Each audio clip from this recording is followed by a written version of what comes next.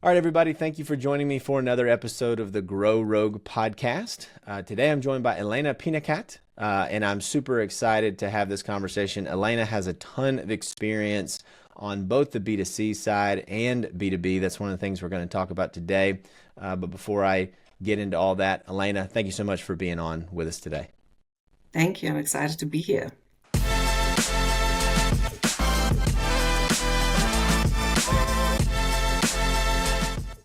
Awesome. Well, why don't you, if we can start here, if you don't mind, for people that don't know who you are, maybe they haven't met you, they haven't had the chance to work with you before, can you just give us your quick background, who you are, what you do, and something that I always ask, which is what is the problem that you solve? Okay, so happy to. So I'm German. Let's start with that, in case you haven't figured it out by my accent. I am a marketer. By heart, I live in Atlanta. I've worked in marketing for the past 20 years all over the world, in Europe, in the US, in Asia, predominantly with the Coca-Cola Company. So I'm a big believer in transformation and change. That gets me excited. I'm the one you should call up when you think, oh, we're at the crossroad of something. We really need to change something. Then that's my thing. And for some reason, that was landed. Maybe initially in my early stages of my career, not on purpose, but I landed in these roles or on projects that were a bit challenging. But many others might have thought, "Oh God, I'm going to try to stay away from this because it sounds really hard." But that's what I love. So that's what I love doing, and that's what I've been doing at Coca-Cola, leading and building global brands. I also jumped into cold waters, leading global analytics at Coca-Cola and digital transformation, which was a very interesting journey. I did this for the past few years, and then at the middle of last year, I decided I wanted to see what my next 20 years, or the second mountain, as some call it, look like. And I started my own consulting business, a fractional CMO, Monoceros, and I'm working with early AI and behavior science startups here in Atlanta. I'm consulting big companies, but also high growth companies on their marketing challenges. And that's been a really great experience. Well, that's such an interesting background because I don't know that that it can be any bigger than Coca-Cola, right? It's everybody that's in the marketing space would probably agree that Coca-Cola is the mountaintop, right? So anything from there, I imagine, is a comparatively small scale problem to solve, right? So what has been the biggest difference in your experience from working on, we're almost multi-planetary with Coca-Cola right now, something that couldn't be any bigger to really any other type of business. What's been the biggest difference for you? The, oh, the, the biggest difference, I would say, that you have to be more scrappy, of course. So Coke, like many big organizations, has um, all the structure and the operational backbone for people to do work at scale, right? So that's what Coke is amazing at, and that's what you get to rely on very um, heavily when you work at a company like that, and take for granted and complain about it because, of course, it's not perfect. But when you leave a big organization like Coca-Cola, you realize, wow, if you don't have a bit of this structure, a bit of this boring process, then speed becomes really a downward spiral because it really is something that actually can hinder companies from growing further. So I think this lack of structure, I think more creatively in smaller companies, I think more scrappily, but also the need when companies grow and get larger to have some sort of stability and some sort of operating backbone is a key learning for me.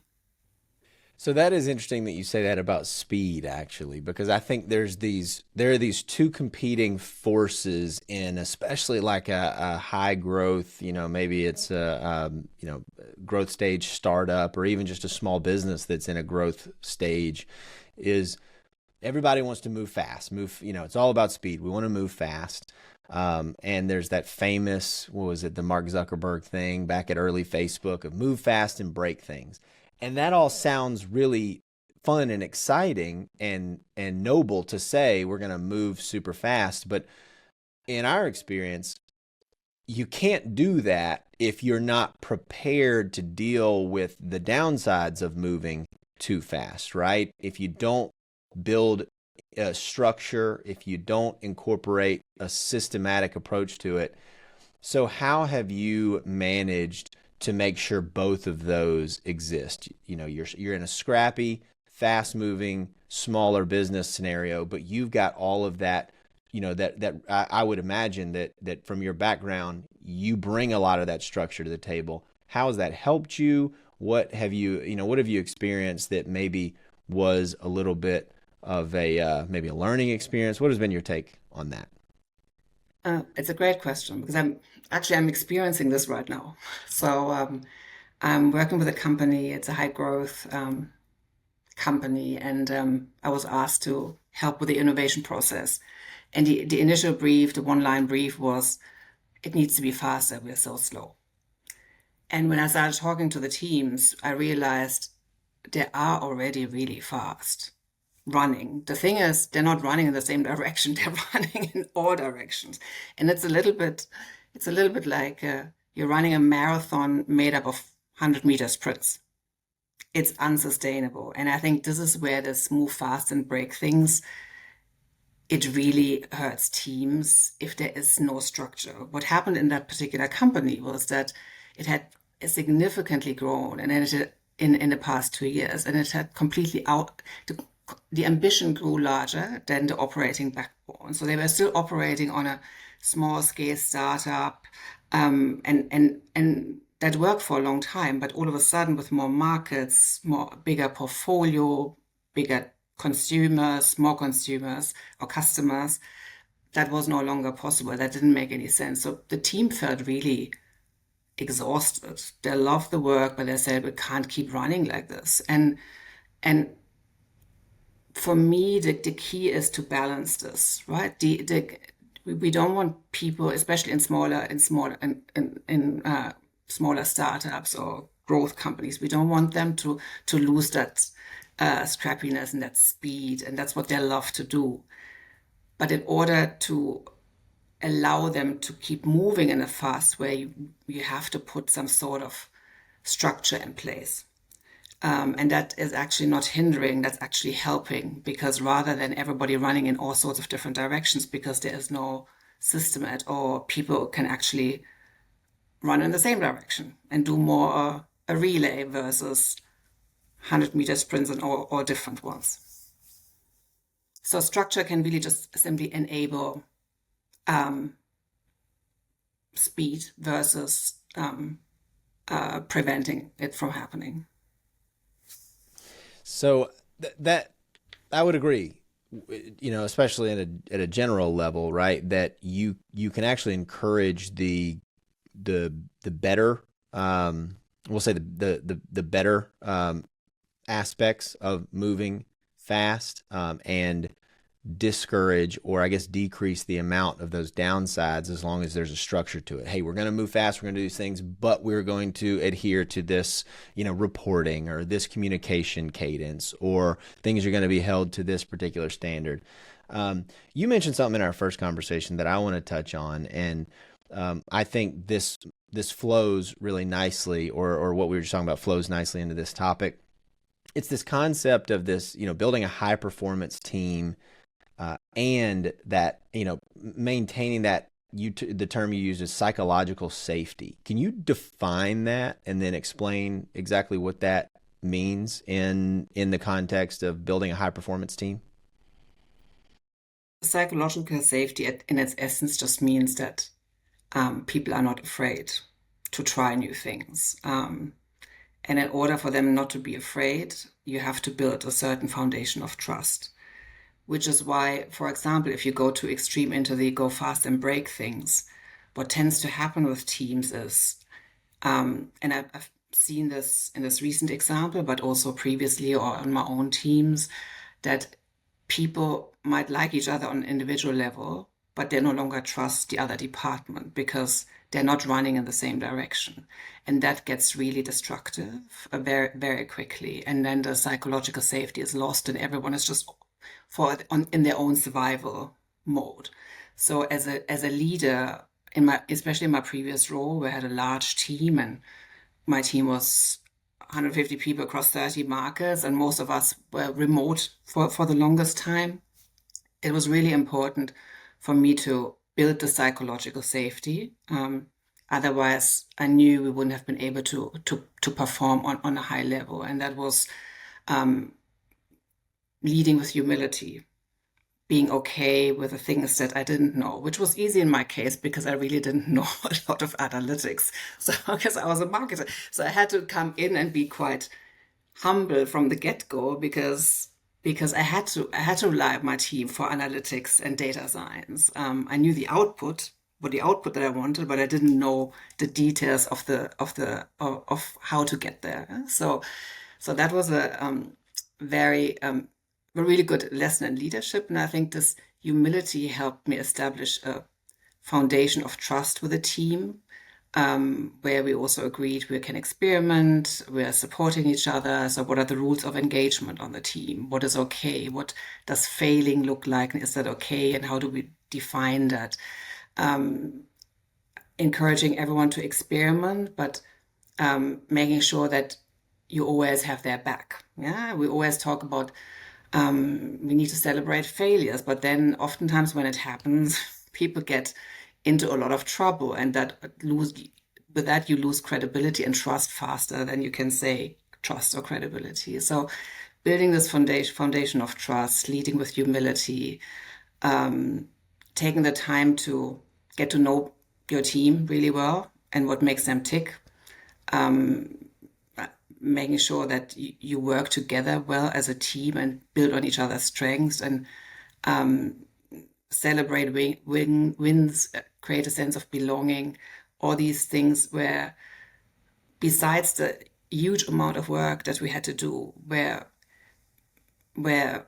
parts of the job where I spent a lot of time just to build this as a baseline, because I knew that was going to be critical in order to actually have really good high level strong marketing analytics output. So the two things that really resonate with me are the leading with humility, right? And I think that begins by saying things like, look, guys, I'm here to figure this out with you, right? We're here. I'm not standing up here because I know everything and I just want everybody to do exactly what I tell them, right? If you're trying to do something that hasn't been done before, by definition, you don't know how to do it, right? You have an idea, but by being transparent and saying, look, we think that this is going to be how we get there, but we don't know. We could be wrong. And so in that same spirit, I want you all to feel confident enough to try things that we think will work, but might not. And the other piece of that is making sure that people feel making sure people don't feel afraid to fail. And I also think making them feel not afraid to speak up, right? And to say something and to ask for help. I remember when I was younger, really, really early in my career, I had a couple of, issues where I felt as if I had to get it done or else, right? Which on the surface, that's like, I guess like that's a good trait, right? Like that's one of those, maybe comes from my sports background. And then what would happen is I would inevitably get to the deadline and maybe it wouldn't be done correctly or it wouldn't be done on time. And I'd have to kind of come hat in hand and say, look, I really, was doing what I could. This was the best I could do or whatever, right?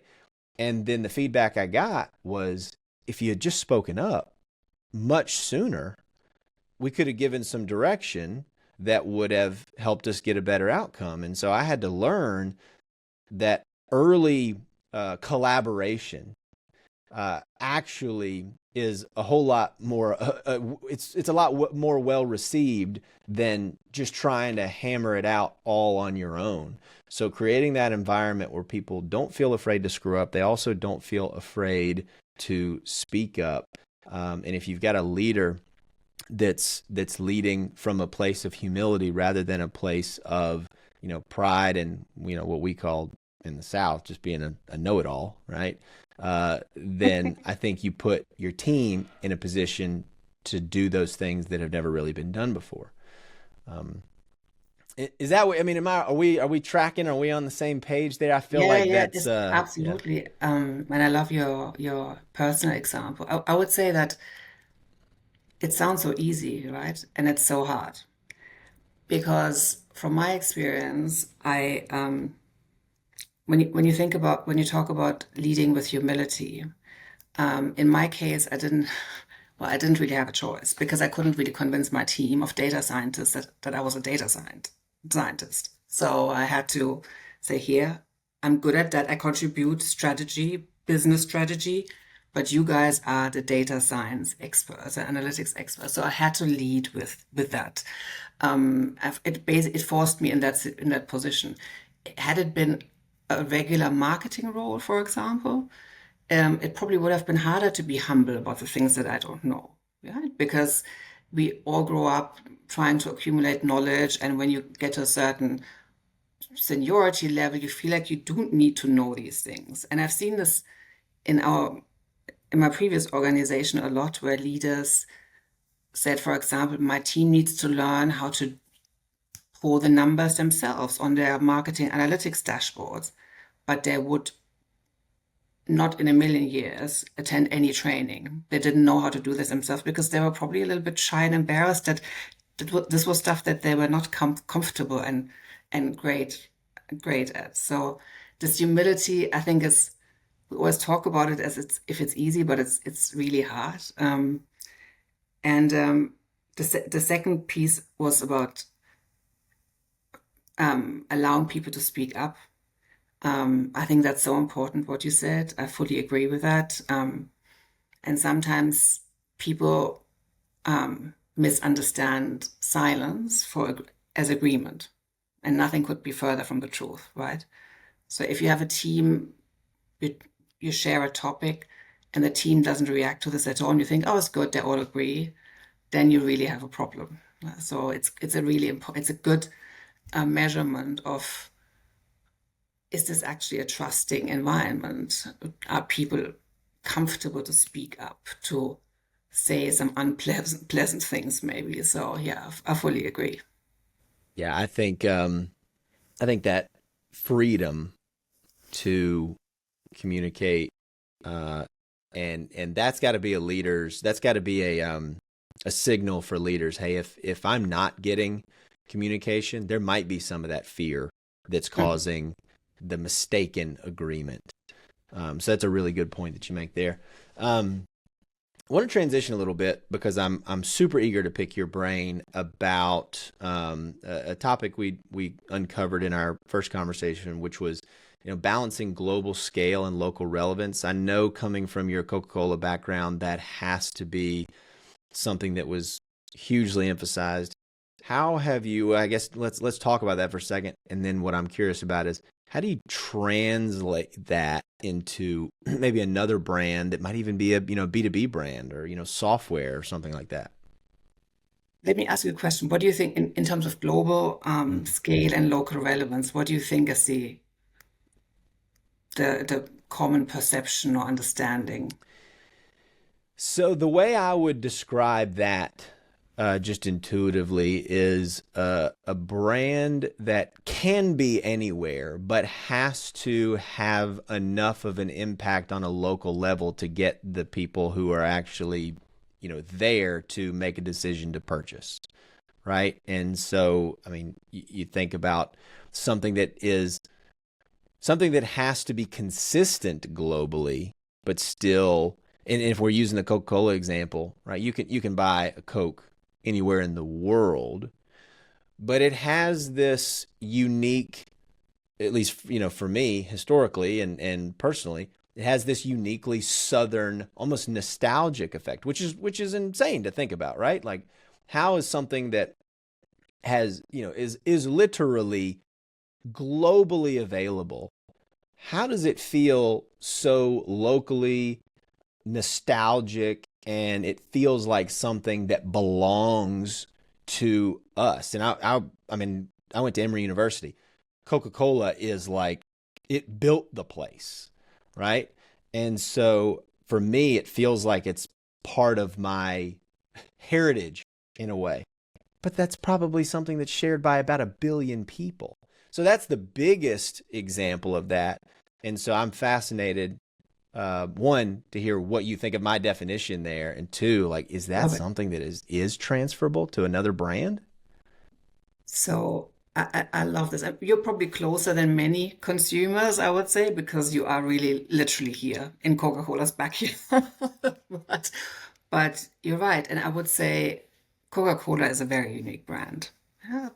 But I do think some of the principles are very transferable. And I worked on brands that were not as universal as Coke, for example, on a juice portfolio.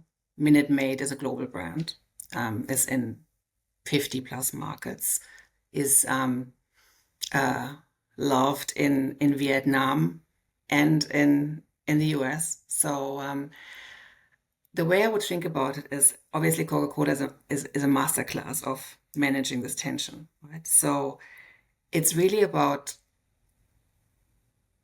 trying to identify what is the greatest job to be done for a consumer, or what is the greatest common insight that we can uncover why people need something or how they feel about a certain product or trend. And I think a lot of these things are quite universal. So it's the insight work in the beginning and defining really the job to be done. That is something where you want to get to a level where you think, so this a product like this is always being drunk in this situation with this mindset. People have a similar consumer insight across the world. How this then translates into execution, can be, you have to have some consistency with regards to the brand. So it doesn't, so you have the visual cues that make the brand, but you have the local nuances. So in the case of Minute Maid, for example, we had the same consumer insights. They were pretty consistent across the world, but how they manifested themselves in, for example, innovation were really different. It might be, we might have kind of innovation lanes of, let's think about a premium juice drink, to drink in a bar, but then the local flavors would make it really relevant, and the communication using local people would ensure this local relevance. So you can have some global efficiency efficiency because of the global scale, and you're saving a lot of money because you don't have to have 50 different campaigns or 50 different researchers, etc. But you also have the local nuance, how you execute it. Does this make sense? It does, yeah. The local nuance, I think. And so what I'm thinking through is to translate that, because we also talked about how you've transitioned a little bit from a B2C to a B2B focus, and that's a lot of what we do. Admittedly, is a lot of B2B, and so when I think about global brands or global scale local relevance, I also might think of, a brand that maybe has a lot of different potential applications, but then how do we localize, not geographically local, but maybe a specific type of application or industry? And I think about, I mean, we'll use another big business example, but one that I think can get us thinking in the B2B mindset is like, let's say HubSpot or Salesforce, right? A CRM. Now, anybody that's got customers and needs to regularly communicate with them, can use a CRM, but they've managed to make it hyper relevant to specific industry segments in order to create penetration into that industry. Mhm. And so I'd be curious to know what you think about doing something like that in, or an example like that, or some way that you might approach an organization or a business that's trying to do something similar. Eating more from a B2B perspective or going into specific industries Yeah, I or think I'm curious, I'm curious about the B2B side, because I think if you can make that, if one can make that, kind of mental transition, then I think, our audience can then see, okay, how do I have to take these principles and then apply that, or what principles rather can I then apply to my specific scenario? Because a lot of the folks who are watching this, they're going to have a really specific market, but they may not be ready to go that deep, right? They want to stay focused. We notice this a lot. They want to stay general and talk about how this is broadly applicable to anybody that needs to use this thing, right? And what we encourage is to focus on an ICP, to focus on buyer personas. And so to me, that is how I can think about that principle, the principles of a global brand that you've got to make locally relevant, but a business or an application that can work for anybody, can be deployed in any business, but that we can make it locally or industry or niche specific. I would say when you think about there's always this discussion about B2B versus B2C and what the big differences are or commonalities. And I would say, obviously there are some differences, but there might be more commonalities than we think. And one of the commonality is at the end of the day, on the other side of the table, whoever is using this, decisions are being made by humans. So it goes back to my fundamental belief that anything you want to do successfully, you have to make sure that you hit the right job to be done for whoever you want to target. And that in a B2B sense, that often means I completely agree with defining buyer personas, defining concretely what are they looking for, what are they not looking for, um, and be crystal clear and really understand this audience super, super well, and then go after them versus trying to please everybody, because that keeps it on a very generic level. And the other thing I would say is that we probably can borrow then from the Coke world or the consumer marketing world is what you also see on the other side of the table.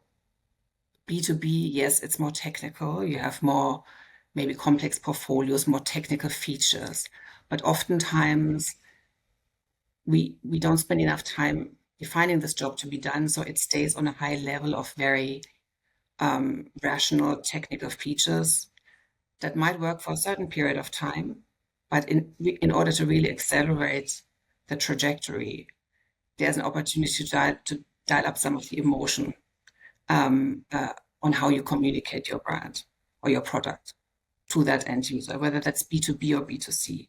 And I think that's one of the biggest things that we can learn as B2B from the B2C world, that emotion is not a dirty word. It actually helps drive sales because it makes it, if done well, it makes it the product more relevant for people because you've really taken the time to understand what do they need, what do they want, and what is preventing them from going after it.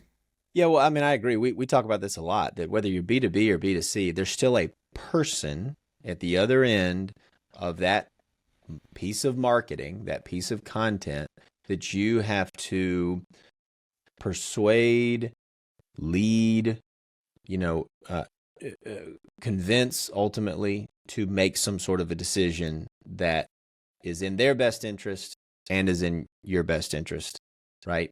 And so if you're trying to get somebody to buy a Coke or to buy a piece of software for their business, you've got to figure out the thing that they want right? Which I think in most cases is for a problem to go away. I'm thirsty. I'd like a Coke.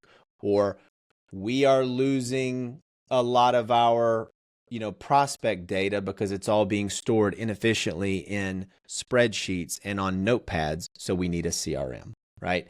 Ultimately, you need to understand what that problem is, and then you need to explain in an interesting way how to solve the problem and the fact that the problem is solved by purchasing your product. That's kind of marketing 101 in my quick and dirty view, right? That's my poor definition, but that I think communicates it pretty well. I, I'm working with an AI startup right now, and we initially when I started working on this product, it was an amazing product, um, really groundbreaking. But how it was visual shown, positioned, if there was a positioning, it was very cold. I would say cold, very technical, and it's a marketing content creation platform. So very technical, very like a lot of other AI tools. Um, and I spent some time understanding what are the ICPs, um, what are the jobs to be done for these, what do they want in terms of features, but also what are the underlying bias or needs that they have that are more emotional and more that speak more directly to the heart. Regardless, again, it's a customer at the end, it's a business person, but still that that was really a game changer for positioning this product in a very unique way where people think, yeah, this is something I knew the features before, but this is something I believe in this. This makes sense. It gets me. It's like my best buddy. So it caused some emotional reactions that went far beyond. It's a great tool with great features. So there is a power in, especially in the B2B world, to think more about this, and that goes back to really trying to understand how people tick and what makes them tick, and Yeah. versus just focusing on the features. Yeah, yeah, the understanding of the customer, because then you can almost, if you can imagine, you've got this wall of ingredients behind you. And if you just say, look at all these ingredients, right? Taste all of these ingredients, kind of mixed together, but it hasn't really been, it hasn't been presented in any kind of order, or take all these different foods or these different dishes or whatever. It's not going to be the best experience for the the diner in that example. But if you ask them, hey, tell me what do you like, right? You like spicy? You like sweet? Oh, you like spicy? Well, let me recommend this right here. Right? You're just taking your benefits, the features, and you're presenting them as the solution to that particular thing. Say, okay, you like sweetie, you like sweet and spicy. Okay, well, let me show you how these two things actually work together to create that benefit, right? And so as you understand that, then it makes it a whole lot easier and more impactful to present those features and benefits of the product to the customer, because you just asked them what they want and then you just gave it to them, rather than trying to guess and hope that they want all of the stuff, which we're so proud of the thing that we've built, right? Especially for founders watching this. I know you're so proud of the app or the business or the program that you've built, and you just want everybody to know what it is. But the reality is nobody cares what it is until they believe that the thing you've made solves their problem. So, Absolutely, absolutely. well, Elena, I could certainly talk about this for hours and hours, but I want to be sensitive of and respectful of your time. If there's one thing that you would leave our audience with that's going to help them to be a better leader, a better marketer, a better business person, or a better person, what would you tell them? Um, I would say. Um, don't lead with your heart and be courageous. So there's a lot going on in the world. From a macro environment, AI is taking over. Everything's about data and efficiency, etc. But ultimately, we are the protagonists in this. And something like AI, for example, is more of an amplifier. Um, and I would say leaning in and being courageous and using tools like AI or for example, um, to create great solutions is key because I think sometimes we feel a bit, right now we're all a bit nervous what's happening. We're in this collective experimentation that we're doing and just staying courageous, staying brave and staying curious, I would say is would be my advice for I business love and that. life. I love that because the future's coming whether you want it to or not, right? Yes. And you can meet it with your head covered, afraid of what's going to happen, or you can just meet it head on and trust yourself to make the right decisions. Now, does that mean you're always going to make the right decisions? Of course not, right? Life is just a series of screw up, improve, do it better the next time. Screw up, improve so you can do it better the next time. And if you just trust that you'll figure it out and you don't quit trying to figure it out, you're going to be fine. The world is not ending. AI is going to change things, but it's probably not going to look like Terminator, where the robots come and exterminate us all. But you are going to need to be able to adapt to the changing world. And so do that courageously. I love how you put that. Um, Elena, I also want people to be able to follow you, learn from you, reach out to you if they could use your services. What's the best way for people to do that? Just go on my LinkedIn profile or go on my website, monocerosmarketing.co without M. And I'm happy to connect with you. I'd love to hear from you. Awesome. And we will make sure to put those links in the YouTube description if you're watching this there. If you are watching this on YouTube, I'd encourage you all to please give this episode a like and subscribe to the channel. Really helps us to be able to interview more exciting, interesting, incredible guests just like Elena. And with that said, Elena, thank you so much for joining us Thank you. today. I know I've learned a lot. Our audience has learned a lot. I can't wait to have you back on, hopefully sometime in the near future. It was great. It was a pleasure to be here. Thank you so much. So, thank you.